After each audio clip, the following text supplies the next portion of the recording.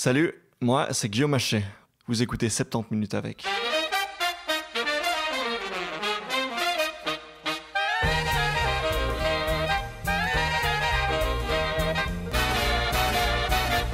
Ravi de vous retrouver cette semaine pour un nouvel épisode. Vous êtes très nombreux à avoir découvert 70 minutes avec suite au passage de Florence Henault et Marie Pelletier dans l'émission. Je remercie toutes celles et ceux qui ont relayé l'épisode sur les réseaux sociaux puisque c'est en partie ça qui m'a permis d'entrer en contact avec mon invité de cette semaine après qu'il ait lui-même écouté l'épisode précédent. J'ai eu le plaisir de rejoindre François Gemène dans le bureau de la chaîne LN24 pour discuter ensemble des sujets qui sont les siens, à savoir la politique migratoire européenne, les idées reçues quant à l'immigration, les réfugiés climatiques ou encore la xénophobie. François est belge mais vit à Paris puisqu'il est professeur à Sciences Po, raison pour laquelle vous l'entendrez souvent parler de la France tout au long de cet épisode. D'où vient la xénophobie? Est-ce que fermer les frontières permettrait vraiment de réguler la migration? Pourquoi y a-t-il en Europe si peu de différence en termes de politique migratoire entre l'extrême droite et la gauche social-démocrate? Réponse dans cet épisode. C'est parti! J'ai aujourd'hui le plaisir d'être avec François Gemène. Bonjour François. Bonjour Guillaume. François, tu es politologue, professeur à l'Université de Liège et à Sciences Po, membre du GIEC ainsi que directeur de l'Observatoire Hugo à l'Université de Liège qui étudie les interactions entre les impacts sur l'environnement, la migration humaine et la sphère politique. Est-ce que j'ai oublié quelque chose? Des détails de la vie personnelle, je suis aussi le papa de 2 petits garçons, des choses comme ça. Oui, j'aurais aussi pu dire que tu apparais régulièrement sur le plateau de la RTBF et chez LN24. Tu publies également un livre dans une semaine qui se nomme On a tous un ami noir, publié chez Fayard à Paris. Voilà, c'est des choses que les académiques font, écrire des livres. Ben oui, mais justement, j'allais te demander, ça fait partie du comment métier. est-ce que tu trouves le temps de faire tout ça? Ça demande de l'organisation, en fait. Ça demande de compartimenter, de minuter beaucoup la journée. Et donc, c'est vrai que j'ai le problème d'être toujours en retard. On commence cet entretien en retard, on va pas mentir aux auditeurs. Mais c'est vrai que ça demande effectivement d'aborder chaque journée comme une sorte de sprint assez minuté. Et ça permet de faire des choses assez différentes. Et c'est vrai que moi, si j'ai choisi une carrière de chercheur, c'était précisément parce qu'aucune journée ne ressemblait à l'autre, que je ne pouvais pas décrire une journée type ou une semaine type. Et c'est vrai que j'aime beaucoup cette variété des activités. Ça demande par contre pas mal d'organisation, surtout quand on a des enfants et surtout quand on ne travaille pas à l'endroit où on habite. Oui, et donc pas mal d'organisation, pas mal d'énergie aussi. Tu ne tombes jamais à court, tu n'as jamais envie de prendre une journée de repos. Parce qu'on a l'impression que journée de repos, tout le non. temps. Par contre, j'ai des moments où je suis plus déprimé ou parfois plus cynique, où je me demande quelle est au fond l'utilité de tout ça. C'est un peu usant. Ça a parfois un côté un peu usant, ce sentiment parfois de prêcher dans le désert, ou parfois, c'est vrai quand on travaille sur des sujets qui sont parfois humainement difficiles, non seulement le climat, mais surtout les migrations qui engendrent malheureusement une série de drames et de tragédies. C'est vrai que parfois, ça a un côté un peu usant et déprimant. Par contre, c'est vrai que j'ai jamais besoin d'une journée de repos. Je suis quelqu'un qui, en vacances, déteste être déconnecté. Je déteste être loin de mon travail, loin de mes emails, parce que je vois pas du tout. Tu es always on. D'une certaine manière, oui, et je vois pas du tout que quelque part mon travail comme quelque chose qui me pèserait. C'est vrai que je confonds mon travail et ma vie, et donc quelque part être sans mon travail, sans mes recherches, c'est quelque chose qui me manque. Et donc, en vacances, je dois parfois faire effectivement un peu l'effort, parfois, de me déconnecter. Mais c'est vrai que je n'aime pas du tout être loin de mon travail. J'ai pas du tout ce besoin de déconnexion. Tu as dit, tout se mélange un petit peu. Il y a à la fois dans ta démarche de chercheur aussi une démarche politique, hein, clairement, une démarche militante. Est-ce que le fait d'apparaître dans les médias en faveur des migrants, en faveur d'une politique migratoire plus accueillante, c'est quelque chose qui fait partie de ton travail? C'est en tout cas comme ça que je le conçois. J'imagine pas qu'on puisse, en tout cas j'imagine pas que je puisse être chercheur et ne pas être impliqué dans les débats publics. Pour moi, la question de l'implication et de l'engagement dans les débats publics est vraiment inhérent à la démarche du chercheur. C'est-à-dire qu'on travaille sur des problèmes de société, qu'il faut qu'on puisse expliquer aux gens sur quoi on travaille et en quoi la science peut enrichir, peut informer la décision politique et les grands choix collectifs que nous avons à faire. Et donc, vraiment, je suis je crois, à l'opposé du chercheur dans la tour d'ivoire. Pour moi, c'est vraiment très important d'être en prise et d'être en phase avec les débats de société. Quelque chose qui m'énerve toujours, c'est quand parfois on doit recruter de jeunes chercheurs et parfois on repère des étudiants brillants à qui on propose de faire une thèse de doctorat et qui disent oui, mais je voudrais faire d'abord quelque chose de plus concret avant de me lancer dans la recherche ou avant de me lancer dans une carrière académique, et donc qui souhaitent prendre du temps pour, comme ils le disent, faire quelque chose de plus concret. Mais pour moi, il n'y a rien de plus concret que la recherche. La façon la plus efficace de changer le monde, c'est avec les connaissances. Et donc, je vois vraiment mon activité de chercheur comme une activité en prise sur le monde et comme une des façons les plus efficaces de changer le monde. Vraiment, je ne voudrais pas faire autre chose. Les gens s'imaginent toujours que les chercheurs sont dans leur laboratoire ou dans des bibliothèques et sont des sortes de moines contemplatifs. Pour toute interview, dès qu'on doit faire une photo pour un journal, je refuse toujours d'être pris en photo ou interviewé devant une bibliothèque parce que je trouve que ça renvoie une image catastrophique du chercheur, comme si le chercheur était isolé dans son bureau, déconnecté de la réalité, alors que l'essentiel du travail qu'on fait à l'Observatoire Hugo, c'est du travail sur le terrain, c'est avec les personnes qui sont déplacées, avec les personnes qui subissent de plein fouet les impacts du changement climatique. On réfléchit avec les gouvernements, avec les ONG à des manières d'améliorer les choses. On essaye de voir comment se mettent en place des programmes, comment on peut les évaluer pour les améliorer. Et donc, c'est un travail qui est vraiment très concret, très en prise avec le terrain. Pour revenir au livre que tu publies dans une semaine, On a tous un ami noir. Donc, dans ce livre, tu commences par attaquer une série d'idées reçues, voilà, au sujet des migrants.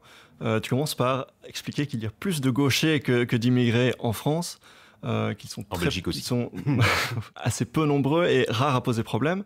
Et bref, tu t'attaques à une série d'idées comme ça, y compris, et ça c'est intéressant, on peut se pencher là-dessus.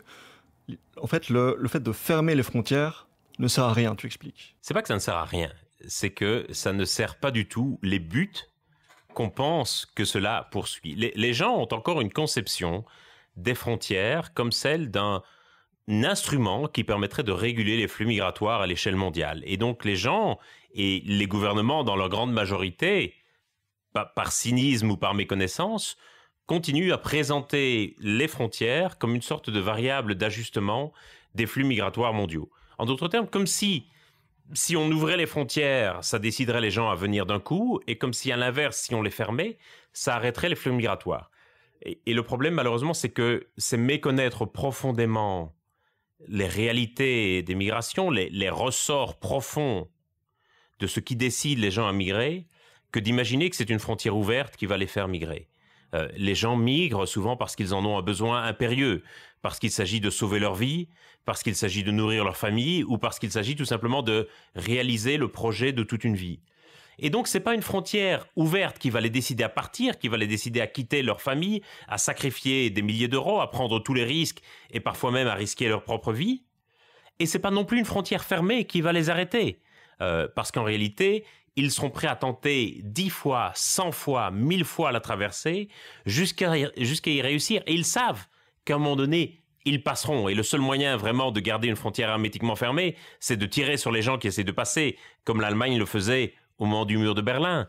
Mais sinon, il est impossible de garder une frontière hermétiquement fermée.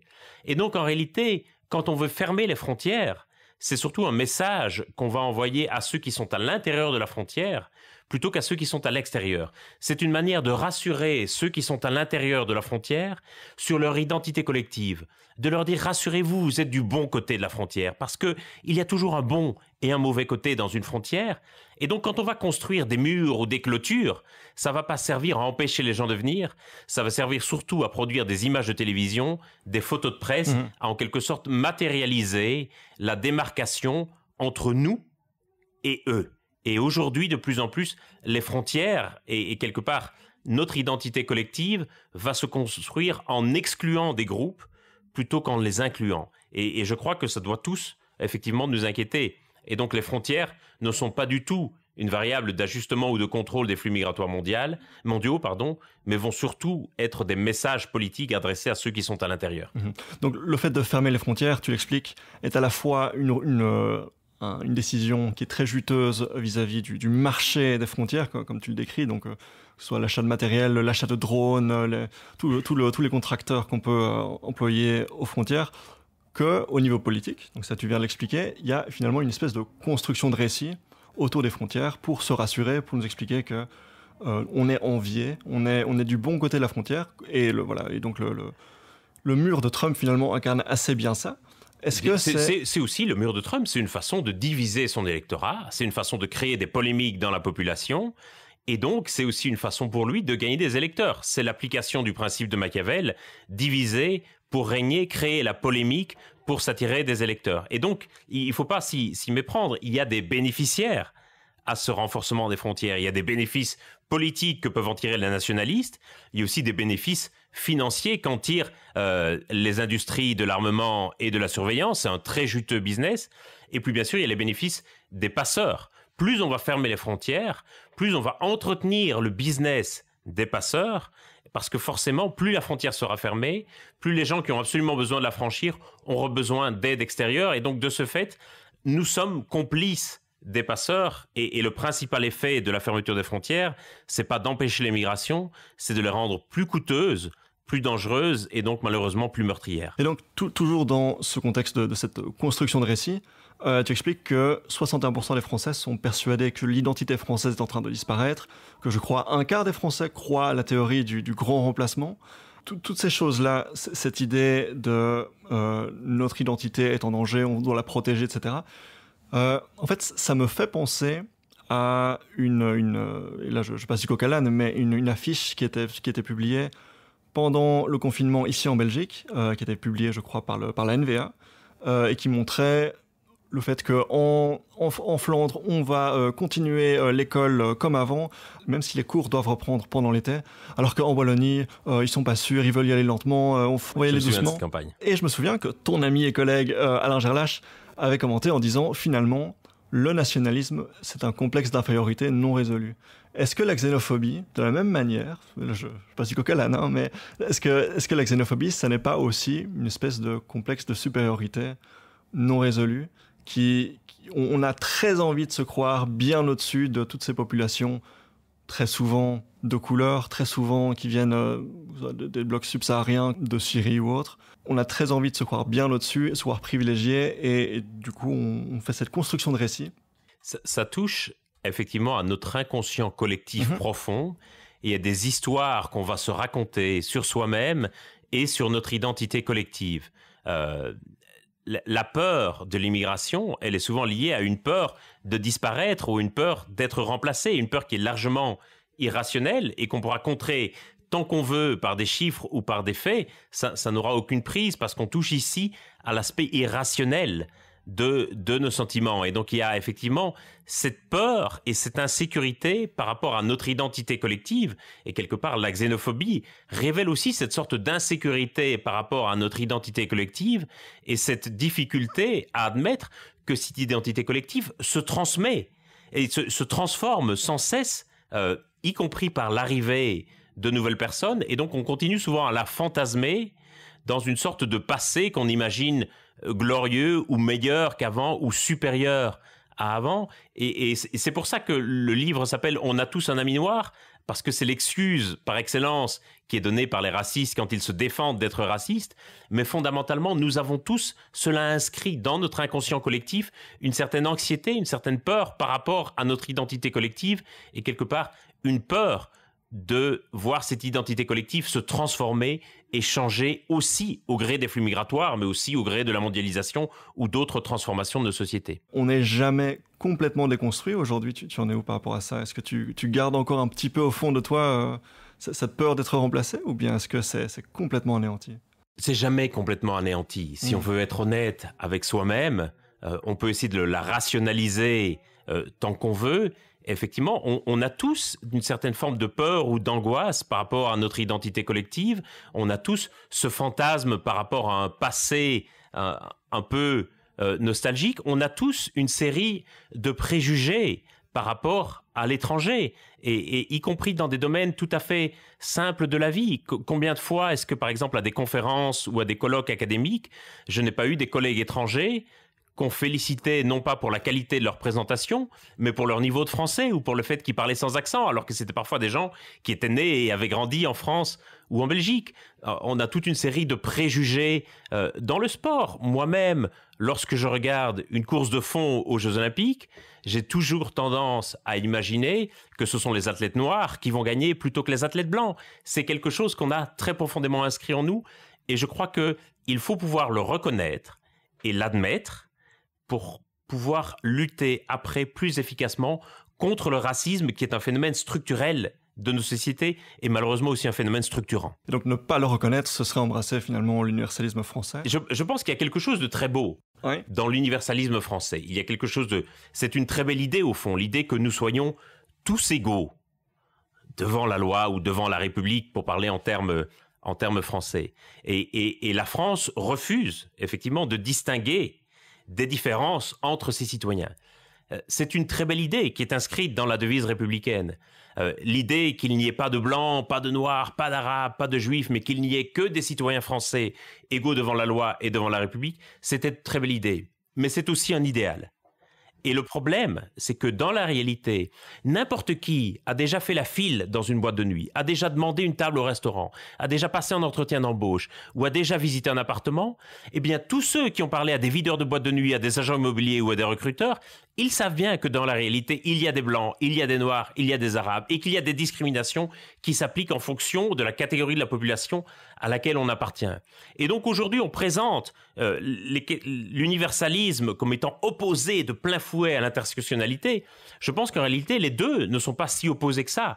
L'universalisme décrit une situation idéale, l'intersectionnalité décrit une réalité, et il faut pouvoir, je pense, adresser la réalité en face si on veut parvenir ensuite à l'universalisme qui serait la situation idéale. Pour revenir à la Belgique, donc tu disais il y a un instant qu'on portait tous en nous finalement ces idées reçues, ces peurs en lesquelles la xénophobie prend racine.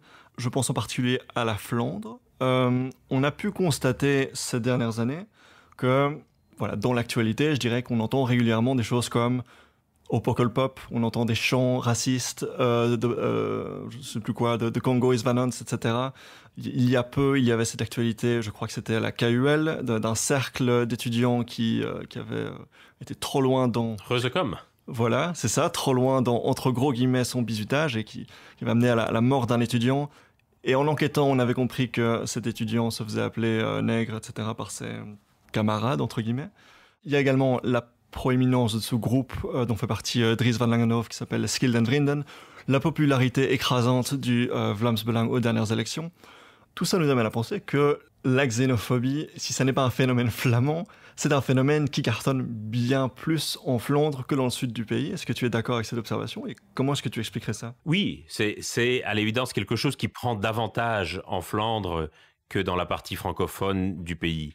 Et je pense que ça s'explique largement parce qu'il y a en Flandre un véritable idéal de nation et qu'il y a quelque part en Flandre un lien très fort qui est fait entre le territoire et la population qui l'habite. Ce n'est pas pour rien que la Flandre a fusionné la région et la communauté flamande parce qu'il voulait créer une identité entre le territoire et la population. En quelque sorte, il voulait recréer une sorte d'État-nation flamand, l'idée qu'une population soit affectée à un territoire particulier. Et donc, c'est bien sûr pour ça que la xénophobie, je pense, prend davantage en Flandre qu'elle ne peut prendre en Wallonie, parce que, quelque part, dans l'espace francophone du pays, grâce à Bruxelles, grâce aux communes à facilité, nous avons détaché la question de la population de celle du territoire. Et je pense que ce détachement est quelque part très, très important. Tandis que la Flandre vit toujours, quelque part, dans cette vieille idée qui date du traité de paix de Westphalie au XVIIe siècle, de l'idée qu'il y ait une coïncidence entre les frontières géographiques, les frontières démographiques et les frontières politiques, qu'à un territoire corresponde une population et corresponde une autorité politique, un gouvernement. Et donc c'est pour cela, je pense, qu'il y a un sentiment xénophobe plus fort en Flandre, au sens propre. Il y a une peur que quelque part l'arrivée d'étrangers ne perturbe cette juxtaposition, cette coïncidence des trois frontières géographiques, démographiques et politique. Mais ce n'est pas le cas uniquement en Flandre. Et c'est le cas dans d'autres régions d'Europe également, où effectivement, on va avoir ce sentiment national très fort. Le fait est qu'en Wallonie, rares sont ceux qui se décriraient avant tout comme Wallons, comme élément premier de leur identité. Et donc, effectivement, tu as l'occasion, entre guillemets, d'affronter toutes les semaines Theo Franken, qui incarne bien cette xénophobie flamande, voilà, dans les médias. Est-ce que c'est quelque chose que tu vois évoluer, ou est-ce que c'est quelque chose qui semble bien ancré dans le patrimoine flamand? Je pense que c'est quelque chose qui est très ancré dans le patrimoine flamand, et que quelque part, la NVA au début a construit une partie de son succès et de sa distinction avec le Belang, en quelque part reprenant les éléments de ce qui était toujours le Vlaams-Blok à l'époque, en reprenant les éléments nationalistes de son programme et en essayant de s'affranchir des éléments xénophobes ou racistes. Le problème étant que le naturel revient souvent au galop et qu'on voit aujourd'hui toute une série d'accointances et de porosités évidentes entre la NVA et le Vlaams-Belang. Et je pense que c'est très difficile aujourd'hui de développer un projet politique nationaliste qui ne soit pas aussi xénophobe. Et donc c'est quelque chose qui, à mon sens, est profondément inscrit quelque part en Flandre, et c'est quelque chose avec lequel on doit pouvoir parler aussi d'une certaine manière. Et je crois que c'est très important, en tout cas si on assume de rester dans un pays unitaire, de pouvoir parler avec cette partie de la Flandre qui va se reconnaître avant tout comme nation flamande et qui va se dire au fond, qu'avons-nous à faire de nos voisins du Sud? Ça, c'est dans la théorie. Dans la pratique, tu as déjà donc rencontré Theo Franken 3 fois à ce stade, oui, sur le plateau de LN24. Quel bilan est-ce que tu fais à ce stade après 3 fois? J'avais souvent l'impression que Theo Franken jouait un petit peu sur déjà le fait qu'il n'est pas en territoire flamand ici sur LN24, et donc voilà, il ne maîtrise pas très bien le français. Et il y a ce côté un peu mignon de j'ai un accent, de je rigole un petit peu en me dépatouillant avec la langue. Et finalement, l'idée de sa démarche en venant ici sur le plateau de LN24, c'est peut-être plutôt d'avoir l'air mignon, d'avoir l'air sympathique, de rendre ses idées plutôt sévères, de les rendre mignonnes, sympas. Allez, ça va de soi, tout le monde pense ça finalement. Alors que sur Twitter, il est tout autre.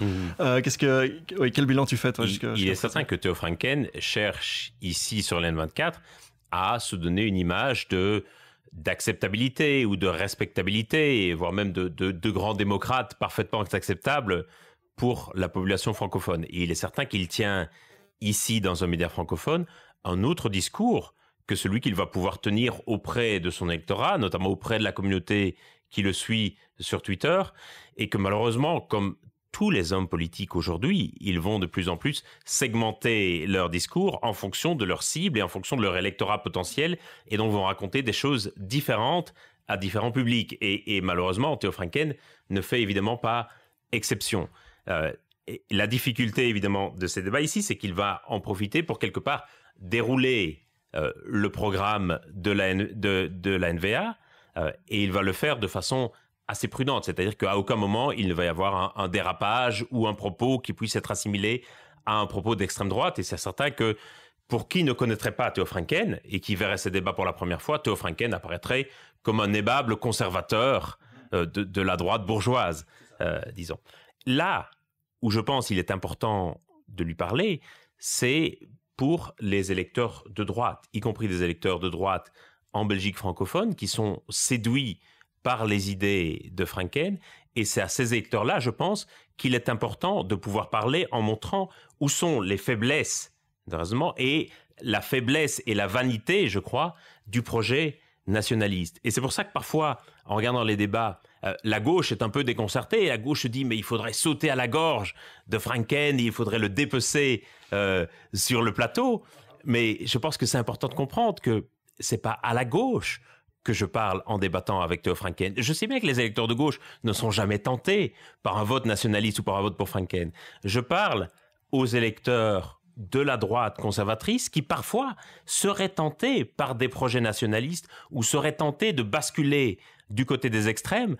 Et c'est pour ça que c'est important, je pense, d'avoir un discours posé et rationnel avec des leaders nationalistes en disant « Regardez, quelqu'un de gauche peut discuter de façon rationnelle avec des leaders nationalistes qui flirtent avec l'extrême droite pour essayer précisément de pointer les faiblesses du raisonnement et de leur projet politique. Si on leur saute à la gorge, ça veut dire qu'on perd ses électeurs et qu'on passe pour le gauchiste hargneux avec lequel il n'est plus possible de débattre. Theo Franken est effectivement très, très bien placé dans les sondages de personnalité, enfin en termes de popularité. Il est une des personnalités politiques les plus populaires en Belgique francophone. Et c'est vrai aussi que l'électorat MR et l'électorat écolo, en fait, ont une énorme intersection en termes de...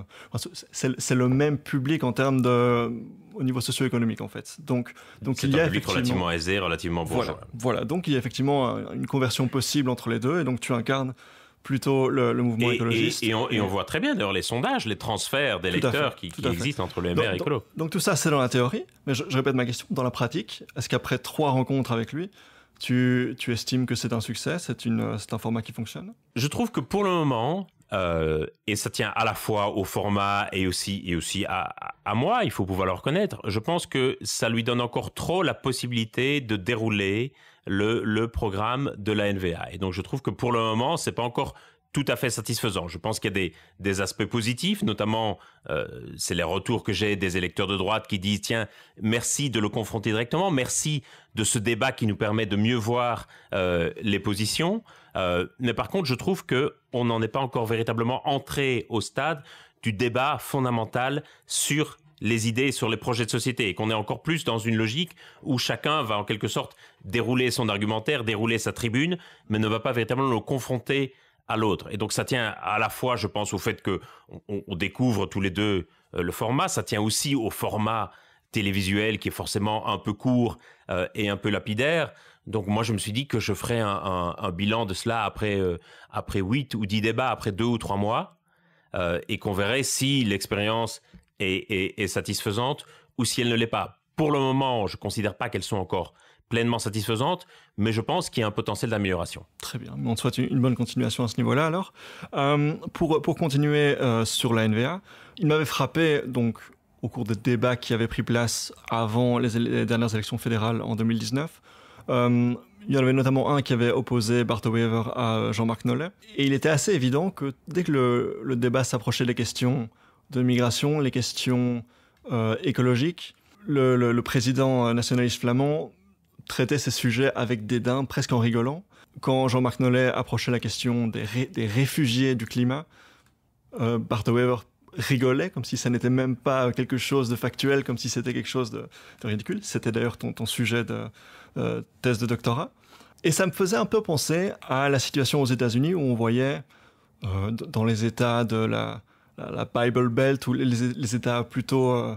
ce qu'on appelle avec mépris les flyover states, donc le centre des États-Unis, où on voyait par exemple des gens mettre du gros pétrole bien sale dans leur voiture pour faire de la fumée noire dans leur pot d'échappement, parler avec mépris des questions de Green New Deal, etc. Est-ce qu'il y a un lien entre droite conservatrice, mépris des questions liées à l'environnement et le viriarcal, la virilité, le fait d'être un homme bien dur, le fait d'être bien sévère? Est-ce que tu vois un lien entre ces 3 choses? En tout cas, au moins entre 2 d'entre elles. Je dirais que le fait de considérer l'environnement comme une question secondaire n'est pas le propre de la droite conservatrice. Au départ, les questions d'environnement sont amenées par la droite conservatrice. Aux États-Unis, c'est par exemple les républicains qui font passer les lois environnementales les plus avancées, simplement parce qu'à l'époque, l'idée est de conserver l'environnement, de la manière que les conservateurs se donnent pour objectif en matière sociale de conserver l'ordre établi. Ils vont voir au début la conservation de l'environnement comme une sorte de prolongement de leur projet politique, et c'est la raison pour laquelle les préoccupations environnementales sont au départ des préoccupations de la droite conservatrice bourgeoise. Et la gauche, à l'inverse, qui est une gauche très, très industrielle, qui va essayer de porter le progrès social, va voir véritablement les questions environnementales comme des questions qui risquent d'handicaper la marche pour le progrès social. Et c'est la raison pour laquelle un plafond de verre, finalement. Tout à fait. Ouais. Et c'est la raison pour laquelle on va toujours trouver, notamment chez les communistes, des gens qui vont être encore climato-sceptiques ou qui vont considérer que la protection de l'environnement est une entrave au progrès.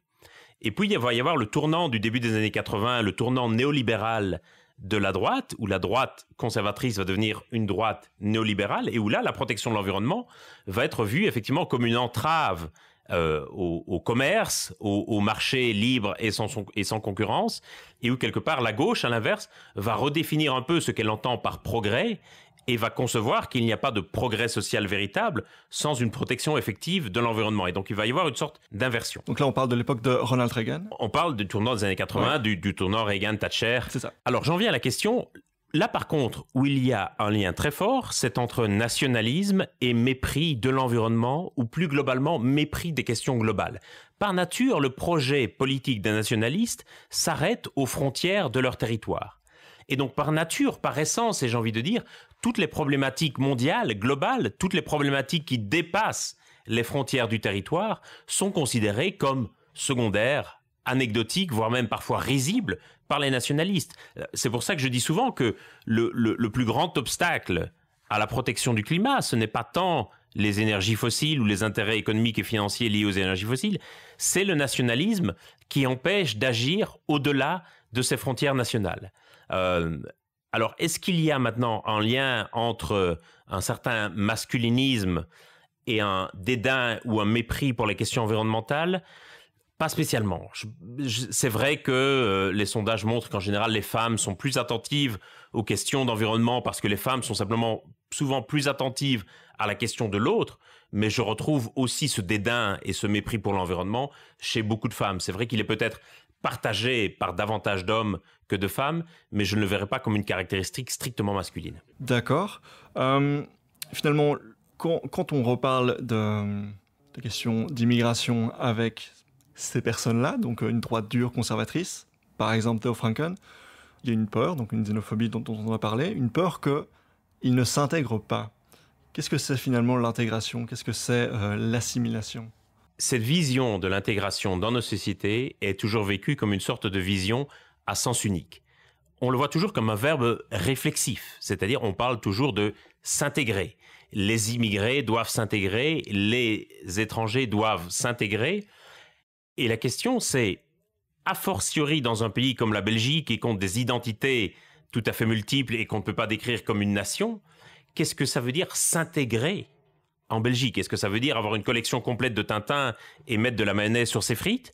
Est-ce que ça veut dire participer activement à la vie du pays? Est-ce que ça veut dire avoir un travail? Est-ce que ça veut dire parler une des langues nationales? On n'a jamais vraiment défini, d'une part, ce que ça voulait dire. Et surtout, on considère que c'est un truc à sens unique. Et que quelque part, c'est comme si toute la charge de l'intégration reposait sur les épaules du nouvel arrivant et comme si la société d'accueil ne devait faire aucun effort pour essayer d'intégrer les nouveaux arrivants. Et je pense qu'une question qu'on doit se poser, c'est qu'est-ce que nous sommes prêts à faire en tant que société pour intégrer les nouveaux arrivants et pour qu'ils se sentent comme partie à part entière de la société. Et aujourd'hui, le fait est que très profondément ancrée en nous se trouve l'idée que les immigrés ou les étrangers ne font pas vraiment partie de la société, sont des sortes d'autres, sont des sortes de eux par rapport à nous. Parce que le taux de discrimination reste assez sidéral, notamment le taux de discrimination sur le marché de l'emploi qui empêche véritablement les immigrés de quelque part de maximiser leur potentiel économique et leur contribution à l'économie du pays. Et aussi parce que nous les voyons toujours comme un groupe à part.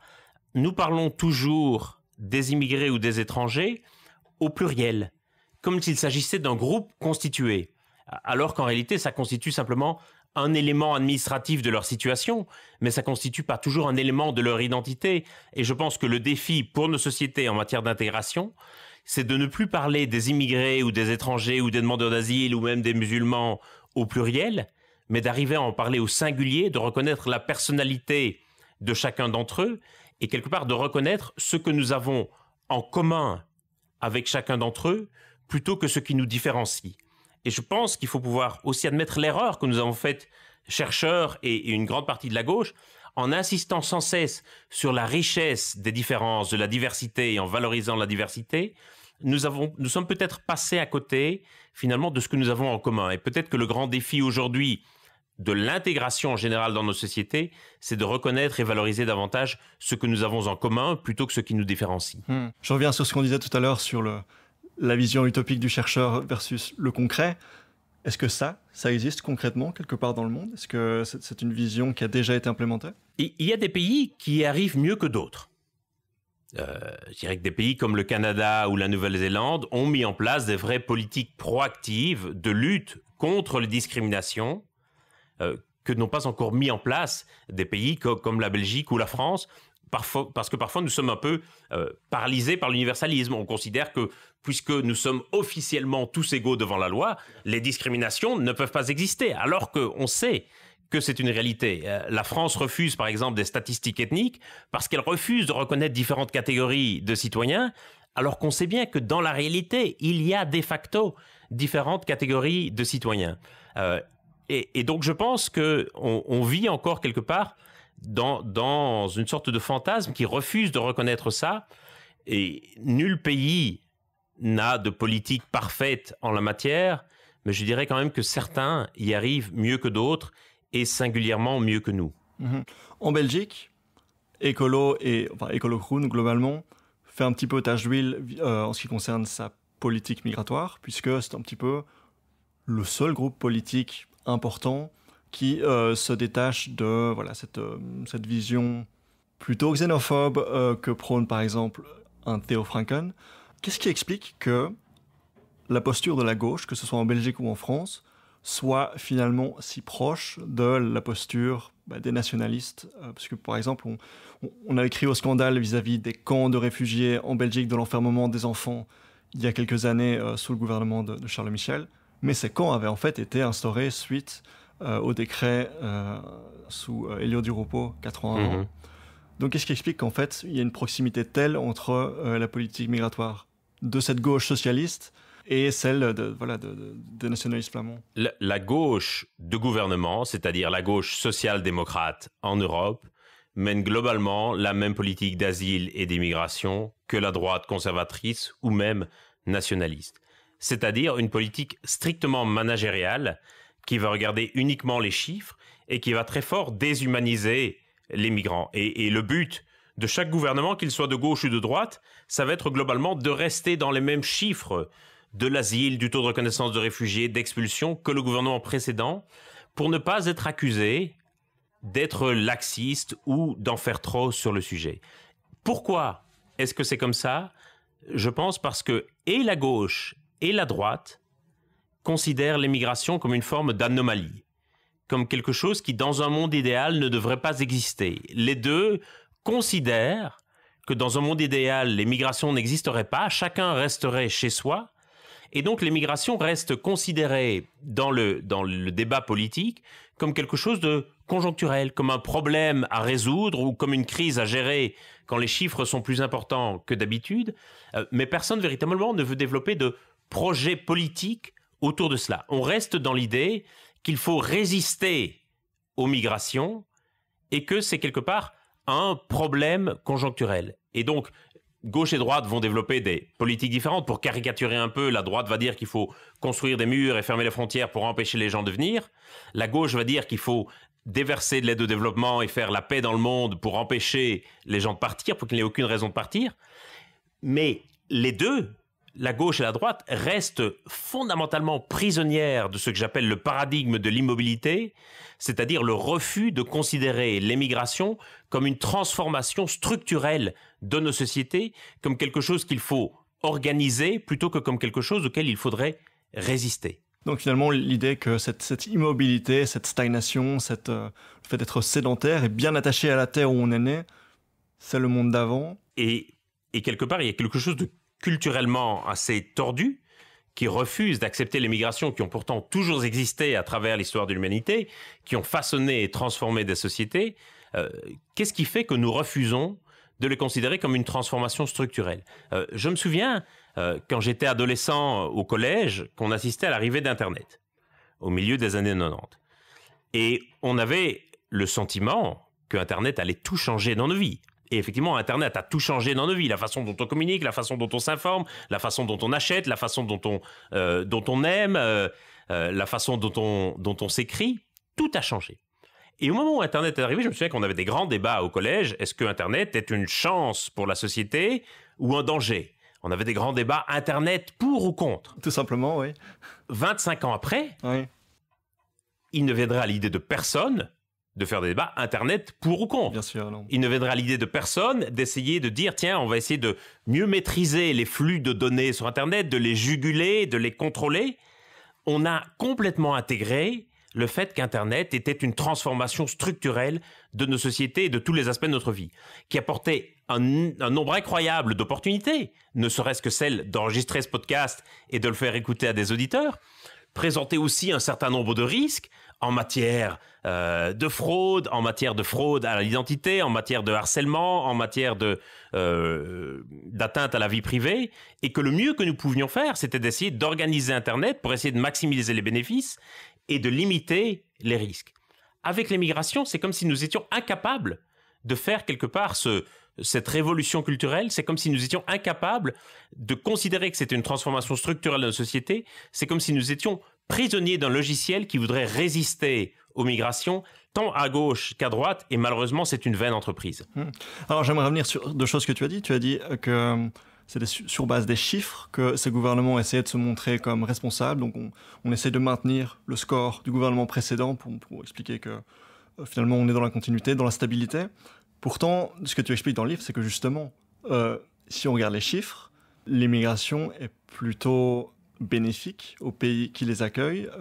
Il y a donc un déficit de l'emploi un peu partout. On a besoin d'informaticiens, on a besoin de personnes pour construire les routes, pour construire les maisons. Et donc l'immigration est une réponse à ça, mais on s'efforce à refuser malgré tout. Donc c'est finalement pas très rationnel, ce refus de l'immigration. C'est pas rationnel du tout. Oui, c'est ce que tu dis depuis une heure en fait.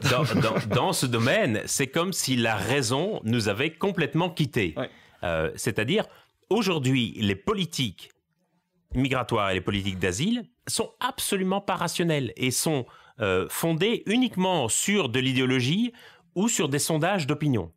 L'exemple le plus frappant de ça, c'est que si on considère le pays européen où il y a le plus fort déficit démographique, c'est la Hongrie. Si on considère le pays européen où il y a le plus fort déficit de main-d'œuvre, c'est la Hongrie. En Hongrie, 56% des chefs d'entreprise déclarent qu'ils n'ont pas suffisamment de main-d'œuvre dans le pays et qu'ils doivent avoir recours à de la main-d'œuvre étrangère. Et donc, si vous voulez avoir une approche rationnelle, utilitariste de la migration, on pourrait se dire quel est le pays d'Europe qui a le plus besoin de migrants et pour sa démographie et pour son économie? C'est la Hongrie. Et pourtant, quel est le pays d'Europe qui ne veut absolument pas accueillir de migrants ni de demandeurs d'asile? C'est aussi la Hongrie. Parce que ce qui tracasse les Hongrois, c'est pas tellement l'immigration des autres, c'est l'émigration des leurs, le fait que les jeunes Hongrois veulent partir notamment en Europe occidentale. Et donc on est ici sur des considérations strictement irrationnelles. Et là encore, je pense que c'est une erreur que nous avons faite, chercheurs, c'était d'essayer de déconstruire ce discours irrationnel avec des faits et des chiffres. Et je pense que c'est très difficile d'opposer une sorte de vérité, entre guillemets, rationnelle à une perception qui, par nature, est irrationnelle et qu'il faut pouvoir entendre aussi cette irrationalité dans la manière dont les migrations sont perçues, qu'il faut pouvoir entendre ce que ça renvoie à notre identité collective et que, quelque part, les faits et les chiffres ne suffiront pas. Il faut aussi pouvoir proposer un autre narratif sur les questions de migration et d'asile. Plus loin que juste une question de politique managériale, en fait, ce que tu expliques dans le livre, c'est que c'est le discours politique de la gauche européenne qui est décontaminé, qui est cantonné par l'extrême droite anti-immigratoire. Je dirais que nous avons collectivement, et quand je dis nous, je place les chercheurs là-dedans aussi, nous avons accepté de raisonner avec les cadres de pensée de l'extrême droite. Nous avons accepté de fournir des réponses aux questions qui sont posées par l'extrême droite. Et pour moi, il y a vraiment un point de basculement qui se situe en 1984, lorsque le Front National en France remporte une victoire électorale importante aux élections européennes, et quand Laurent Fabius, qui est le Premier ministre socialiste de l'époque, dit cette phrase célèbre et dit le Front National, l'extrême droite, pose les bonnes questions, mais apporte les mauvaises réponses. Et dès l'instant où l'on dit l'extrême droite pose les bonnes questions, on a une sorte de capitulation intellectuelle et politique en rase campagne. Ça veut dire qu'on accepte de s'insérer dans les cadres de pensée fixés par l'extrême droite et d'utiliser bien souvent des concepts qu'elle amène dans le débat public. Je suis frappé de voir comme toute une série de concepts vaseux qui ne reposent sur rien, sinon des fantasmes et des idées préconçues. Je pense par exemple à la question de l'appel d'air ou à la question du grand remplacement qu'on a évoqué, aujourd'hui sont entrés dans les débats publics et sont utilisés largement tant par la gauche que par la droite, sans qu'ils soient même remis en question. Je prends la question du coût de l'immigration pour les finances publiques. Que n'a-t-on pas de sempiternel débat pour savoir si les migrants coûtent ou rapportent de l'argent ? Imaginons qu'on ait ce débat avec d'autres catégories de la population. Imaginons qu'on se demande si les handicapés, par exemple, coûtent ou rapportent de l'argent. On hurlerait au tollé, ça ferait scandale, et à juste titre. Mais pour les migrants, ça passe crème. C'est comme si, quelque part, on ne les considérait pas comme une partie intégrante de la population. Et ce qu'on rétorque à ce stade-là, c'est la fameuse phrase de « la France ne peut pas accueillir toute la misère du monde » et que les migrants ne sont pas la responsabilité du Français qui paye ses impôts. Cette phrase, elle est atroce. Cette idée, la France ne peut pas accueillir toute la misère du monde. Ceux qui aiment bien Michel Rocard, généralement, disent « oui, mais il a ajouté par la suite une deuxième partie qui disait que la France doit en prendre sa juste part ». D'abord, c'est pas tout à fait vrai, et la citation originale, c'est bien « la France ne peut pas accueillir toute la misère du monde », et ce n'est que par la suite, notamment sous pression des associations, qu'il a rajouté la deuxième partie.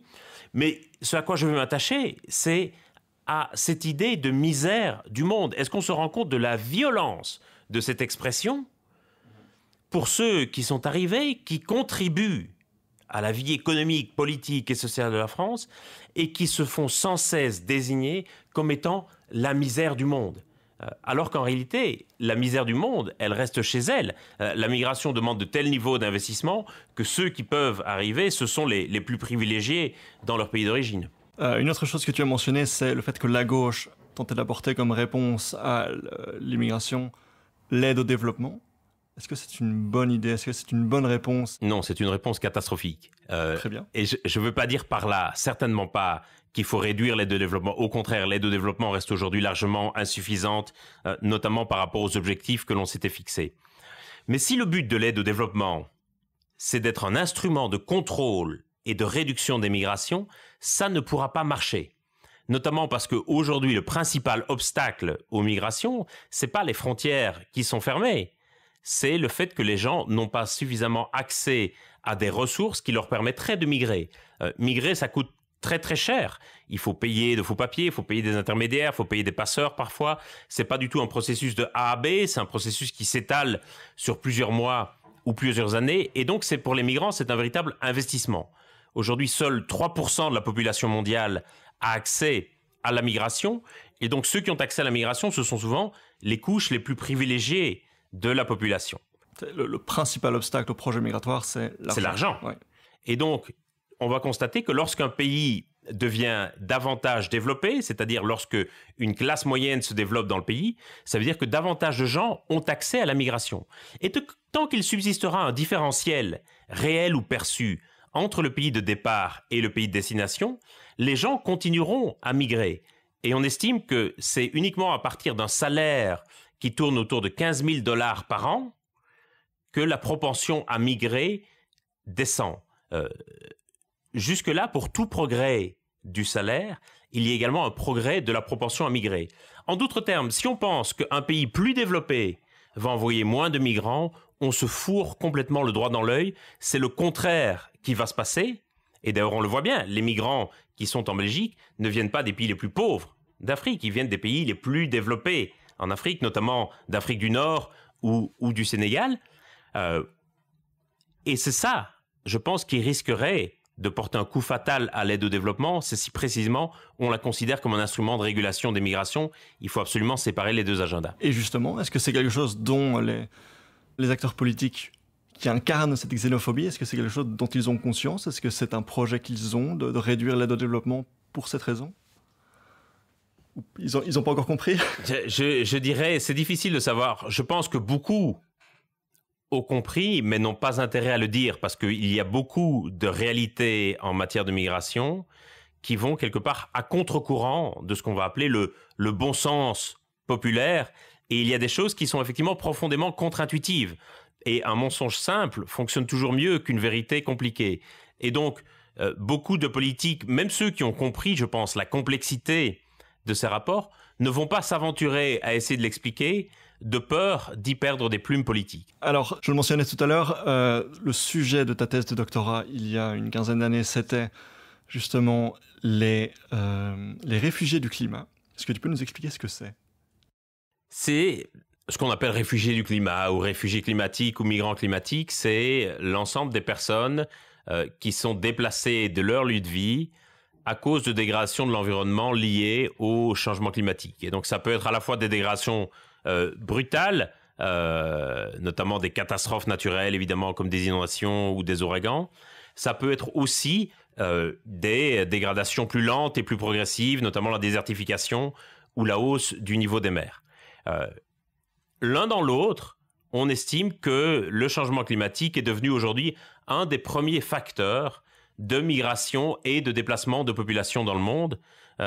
Et le problème, c'est qu'on a volontiers tendance à le voir comme une sorte de troisième catégorie de migration, comme une sorte de catégorie émergente qui s'ajouterait aux réfugiés politiques et aux migrants économiques, qui sont les deux grandes catégories de migration qui structurent aussi aujourd'hui le débat public, alors qu'en réalité, ces catégories servent bien davantage à justifier les politiques d'asile et de migration dans les pays européens qu'à décrire une réalité empirique. Aujourd'hui, on a les facteurs de migration qui vont se mêler les uns aux autres, qui vont s'influencer mutuellement, et les facteurs environnementaux vont faire partie de cette équation, vont faire partie de cette dynamique globale, et vont aussi avoir une influence profonde sur les facteurs politiques et économiques des migrations. Alors, tu as publié un op-ed il y a quelques semaines pour expliquer qu'on avait tort, justement, de mettre en avant les réfugiés du climat comme une raison de protéger l'environnement, si je ne me trompe pas. Est-ce que tu peux nous expliquer ça ? On assiste, notamment de la part de certains militants pour le climat, à une forme d'instrumentalisation de la migration, avec un discours qui consiste à dire « vous devez réduire vos émissions de gaz à effet de serre parce que si vous ne le faites pas, il y aura demain des millions de migrants et de réfugiés climatiques qui vont débarquer en Europe ». Et ce faisant, en réalité, on va quelque part agiter l'épouvantail de la xénophobie. On va jouer sur des peurs profondément xénophobes pour convaincre les gens de réduire leurs émissions de gaz à effet de serre. Alors bien entendu, le but est noble et c'est une priorité qu'on doit avoir, la réduction des émissions de gaz à effet de serre. Mais je ne pense pas que la fin justifie tous les moyens et qu'en instrumentalisant comme ça les migrants et en jouant sur les peurs xénophobes, on va surtout arriver à ce que les gouvernements ferment davantage leurs frontières plutôt que de réduire leurs émissions. Et donc c'est un discours qui, je pense, ne va pas du tout dans l'intérêt des migrants et qu'il faut le reconnaître pour un discours xénophobe. En marge de ça, l'Observatoire Hugo, que tu diriges à l'Université de Liège, est en charge de superviser une série de laboratoires à travers l'Europe pour... aide-moi un petit peu pour... coordonner un grand projet européen, un grand projet de recherche européen qui s'appelle Habitable et qui est donc un projet Horizon 2020 pour ceux qui travaillent dans la recherche et qui nous écoutent et qui connaissent ce type de projet, qui sont des projets en fait qui mettent ensemble une série de laboratoires non seulement européens mais aussi dans notre cas des laboratoires africains et asiatiques pour essayer de comprendre, au-delà des grands chiffres qui sont souvent balancés dans le débat public avec 200 millions de migrants ou 250 millions de migrants, pour essayer véritablement de comprendre ce qui décide les gens affectés par des dégradations de l'environnement, ce qui les décide à migrer.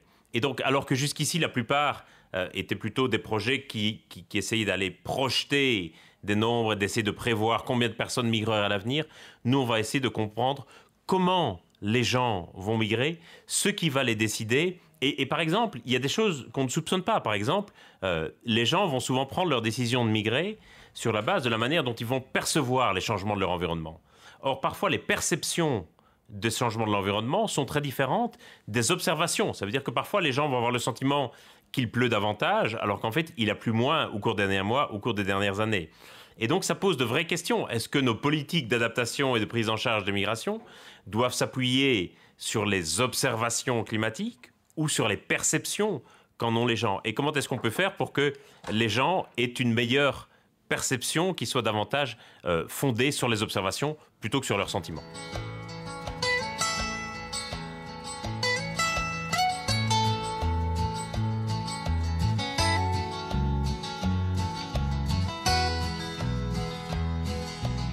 Ok, donc en fait, pour expliquer aux éditeurs, on vient de se quitter le temps d'une heure, puisque tu es parti en plateau ici, sur l'N24, pour discuter du nouveau projet que la Commission européenne a sorti aujourd'hui, concernant donc la politique migratoire de l'Europe. Est-ce que tu peux nous parler un petit peu de...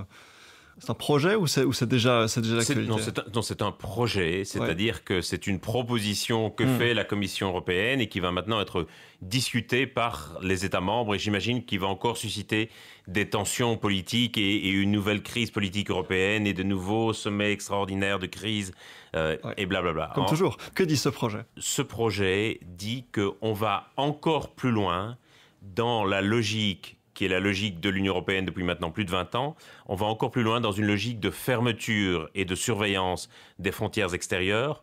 On va encore plus loin dans une logique de détricotage du droit d'asile, où on va simplement nier la possibilité à certains groupes, à certaines nationalités, de demander effectivement le droit d'asile. On va encore plus loin dans la logique des camps aux frontières de l'Union européenne. Et donc il y a quelque chose de vraiment ignoble à avoir avancé l'annonce de ce plan après l'incendie du camp de Moria, comme si c'était une réponse à cet incendie pour que de tels drames n'arrivent plus. Et en réalité, ce que ce plan va réussir à faire, c'est simplement à créer toute une série de nouveaux camps aux frontières de l'Union européenne dans lesquels on va parquer les demandeurs d'asile dans l'attente que leur dossier soit examiné et dans lesquels on va réaliser ce qu'on appelle des procédures de screening, donc d'examen rapide et superficiel de manière à déterminer s'ils ont le droit ou non de demander l'asile. Donc on est vraiment dans une logique de fuite en avant. Comme on ne parvient pas à se mettre d'accord sur un projet commun en matière d'asile et d'immigration, la frontière et la fermeture des frontières va devenir le seul horizon politique. Finalement, avant, on avait pour habitude de dire qu'il y avait 27 politiques migratoires différentes au sein de l'Europe. Maintenant, il n'y en a plus qu'une, mais elle est assez radicale et assez... En tout cas, c'est l'ambition, mais en réalité, on va conserver 27 politique d'asile, puisqu'il n'y a pas du tout de proposition sur une agence européenne de l'asile, par exemple, pas du tout de proposition d'harmonisation des critères de l'asile. Alors, la grande injustice, c'est que selon le pays où le demandeur d'asile va introduire sa demande, il pourra avoir plus ou moins de chances d'obtenir l'asile. Et donc, en réalité, on ne va rien changer. En écoutant les propositions de la Commission, on a l'impression d'entendre les boniments d'un vendeur de voitures d'occasion qui essaierait de faire passer pour neuve une voiture qui est déjà en train de se déglinguer complètement et qui a déjà des milliers de kilomètres au compteur, puisque ça fait 20 ans qu'on est dans cette logique et on la poursuit malgré tout. On a vraiment l'impression ici que la Commission a cédé aux intérêts de la Hongrie et plus globalement des pays qui ne voulaient pas du tout accueillir des demandeurs d'asile. Donc la Hongrie, la Pologne, la Tchéquie et la Slovaquie essentiellement, mais aussi toute une série de pays du nord de l'Europe. Je ne voudrais pas qu'on les mette uniquement ces 4 pays au banc des accusés. Les pays du nord de l'Europe ne voulaient guère non plus accueillir. On ne peut pas dire que la Belgique a été un modèle en matière d'accueil des demandeurs d'asile. La France non plus. Il n'y a guère dans cette crise des réfugiés que l'Allemagne et la Suède qui, quelque part, ont tiré leur épingle du jeu et ont eu une réponse à la hauteur de l'enjeu. Quels autres changements au sein de ce projet de politique migratoire européenne? J'ai cru comprendre également que, en ce qui concerne les bateaux de sauvetage pour les personnes qui tentent de traverser la Méditerranée, ce sera désormais la seule charge des ONG et qu'on leur laisse la seule responsabilité, alors qu'avant on tentait presque de leur mettre des bâtons dans les roues. Maintenant on enlève les bâtons dans les roues, mais on les laisse comme seuls responsables de cette tâche. C'est un peu le revers de la médaille, c'est-à-dire qu'on en était arrivé à une situation où on allait même maintenant criminaliser les opérations de sauvetage en Méditerranée. On voyait toutes les ONG qui faisaient face à toute une série de problèmes, dont les bateaux étaient empêchés de partir, et on voyait des procès qui étaient menés contre ces ONG, et notamment contre les capitaines de certains bateaux. On pense par exemple à Carola Rackete. Là, on décide effectivement qu'on va décriminaliser le sauvetage en mer, qu'on se rende compte de où on en est. On en est dans une situation où on va décriminaliser les actions de personnes qui tentent de sauver d'autres personnes de la noyade. Il faut se rendre compte de l'état où on en est. Mais aussi le revers de la médaille, c'est que de ce fait, les États européens vont quelque part se défausser de leurs responsabilités de sauvetage sur le dos des ONG, et ça va désormais être aux ONG d'assurer seules les opérations de sauvetage en mer. Donc c'est positif, mais en même temps un triste constat. C'est un très triste constat. Oui.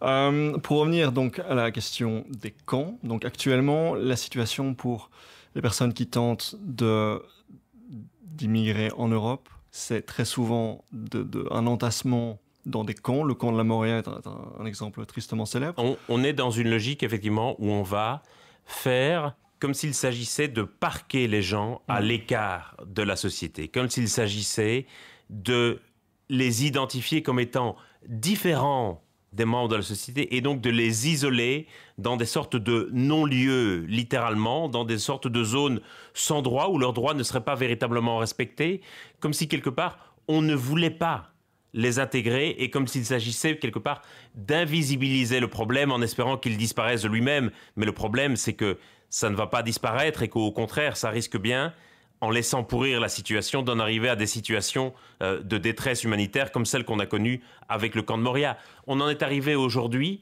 dans une situation où les camps, qui sont en principe des lieux de passage, des lieux strictement temporaires, deviennent de plus en plus des lieux d'habitat permanent. Donc, on s'approche tout doucement de la fin de notre entretien ensemble, François. Ce que tu exprimes dans ton livre, c'est finalement une remise en question de toutes ces idées reçues, que ce soit l'appel d'air, que ce soit le grand remplacement, l'idée qu'il y a ce jugement de valeur par rapport aux personnes qui sont en mesure d'immigrer vers l'Europe. Et le but, c'est aussi de proposer, je dirais, au-delà de la déconstruction des idées reçues, c'est de proposer quelque part une autre manière de penser et de réfléchir à ces questions qui soit davantage apaisée, davantage pragmatique et moins idéologique. Et j'assume complètement un côté très pragmatique. Essayons de voir ce qui fonctionne, la manière dont les choses pourraient être mieux organisées, et on se rend compte qu'en réalité, on se tire souvent une balle dans le pied par rapport au potentiel d'émigration, simplement en ayant une approche strictement idéologique de la question, rythmée par des polémiques incessantes qui reviennent toujours dans la figure de gens qui n'ont rien demandé. Donc tu proposes une autre solution, Je propose en tout cas une autre approche, c'est de déconstruire les questions qui structurent le débat public sur ces questions, qu'il s'agisse du voile, qu'il s'agisse de la laïcité, qu'il s'agisse de leur contribution économique, qu'il s'agisse de l'asile, qu'il s'agisse de la distinction entre réfugiés politiques ou migrants économiques. J'essaye quelque part de ramener toutes ces questions à la réalité du terrain et de montrer comment il y a une sorte de défaite généralisée des démocrates en ayant accepté les cadres de pensée et les codes de l'extrême droite pour penser ces sujets, et j'essaie de montrer qu'il est possible de les penser de façon à la fois progressiste et libérale. Et cette approche autre, cette approche qui se démarque du status quo actuel, du discours actuel dans les médias, un point de ton discours qui incarne bien cette approche autre, c'est que tu défends l'idée de l'ouverture totale des frontières. Est-ce que tu peux nous parler un peu de ça ? Oui. Je pense effectivement que l'approche la plus rationnelle et la plus pragmatique au défi des migrations au XXIe siècle, c'est l'ouverture des frontières. Alors je sais bien que ça hérisse le poil, sans doute, d'un grand nombre de personnes qui sont en train de nous écouter et qui se disent « mais qu'est-ce que c'est que cette folie si on commence à vouloir ouvrir les frontières ?» Et je suis frappé de voir le nombre de politiques à qui j'en parle et qui me disent « vous savez, je suis un libéral et donc je suis absolument d'accord avec vous pour l'ouverture des frontières. Mais vous savez bien que je ne peux pas le dire publiquement et que ma carrière politique serait fichue si jamais je le dis publiquement parce que l'opinion publique n'y est pas prête. Et le problème, c'est que les gens s'imaginent toujours que l'ouverture des frontières, ça signifie le chaos migratoire, ça signifie que tout le monde va venir, ça signifie qu'il va y avoir une sorte de déferlement de migration venue d'Afrique ou d'Asie vers l'Europe et que finalement on va être complètement submergé. On voit bien que ce n'est pas le cas au Canada, par exemple. D'une part, ce n'est absolument pas le cas. Et quelque part, l'histoire nous apprend que lorsqu'on a fermé les frontières, ça n'a pas forcément ralenti l'immigration. Aujourd'hui, les frontières de l'Union européenne sont fermées comme jamais. Et pourtant, il y a un flux migratoire important et sans doute un des plus importants de l'histoire récente de l'Union européenne. Et à l'inverse, dans des pays qui ont la frontière ouverte, par exemple, entre l'Inde et le Népal, il n'y a pas d'un coup un exode massif des Népalais vers l'Inde, alors que ce sont deux pays avec des niveaux de développement très très différents. Et sociologiquement, on sait aussi que les gens ne migrent pas parce qu'une frontière est ouverte ou ne s'arrêtent pas de migrer parce qu'une frontière est fermée. Et je dirais que pour moi, effectivement, l'ouverture des frontières, c'est la manière de reconnaître que la mobilité, la migration est à la fois un droit fondamental des gens, qui est inscrit dans la Déclaration universelle des droits de l'homme, dans l'article 13, et qui est aussi une transformation structurelle de nos sociétés, le meilleur moyen, paradoxalement, de mieux organiser les migrations et de mieux contrôler les frontières, c'est de les ouvrir. Ce qui provoque le chaos aux frontières, ce qui provoque des drames sans nom, ce qui provoque des morts aux frontières et ce qui provoque l'impossibilité de contrôler qui va et qui vient, c'est précisément une fermeture des frontières qui ne bénéficie qu'aux passeurs et qu'aux nationalistes et aux extrémistes. On sait qu'on a tendance, en période de crise, que ce soit une crise sanitaire, économique ou migratoire, à se sentir davantage rassurés si les frontières sont fermées. Et donc, les extrémistes ont parfaitement compris aujourd'hui tout l'intérêt qu'ils avaient à instaurer et à installer dans le débat public une rhétorique et un imaginaire de crise migratoire pour convaincre les gens que face à cette crise, il faut fermer les frontières et cette fermeture des frontières va générer et amplifier la crise et donc on est véritablement dans un cercle vicieux, dans une sorte de serpent qui se mord la queue. La crise engendre la fermeture des frontières qui elle-même engendre la crise. Il faut absolument sortir de ce cercle vicieux. C'est magnifiquement résumé, c'est un magnifique mot de conclusion. Merci beaucoup François. Avec plaisir. Pour ces 70 minutes. Et on se retrouve dans 2 semaines pour continuer la discussion au sujet du racisme avec Rokhaya Diallo. Merci beaucoup, au revoir. Merci.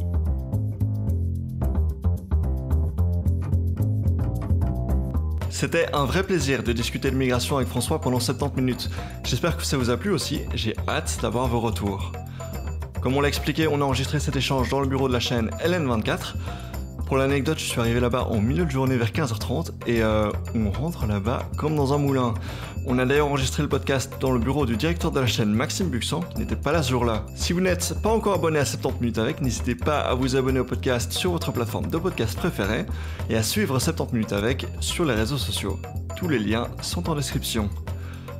Dans les semaines qui viennent, je recevrai, comme promis, Rokhaya Diallo pour un épisode sur l'antiracisme et un peu plus loin dans le calendrier, je vais interviewer une gynécologue qui se spécialise sur les questions liées à l'endométriose, une maladie qui touche 10% des femmes, mais dont beaucoup de gens ignorent même qu'elle existe. Je vous dis à très bientôt, bye bye.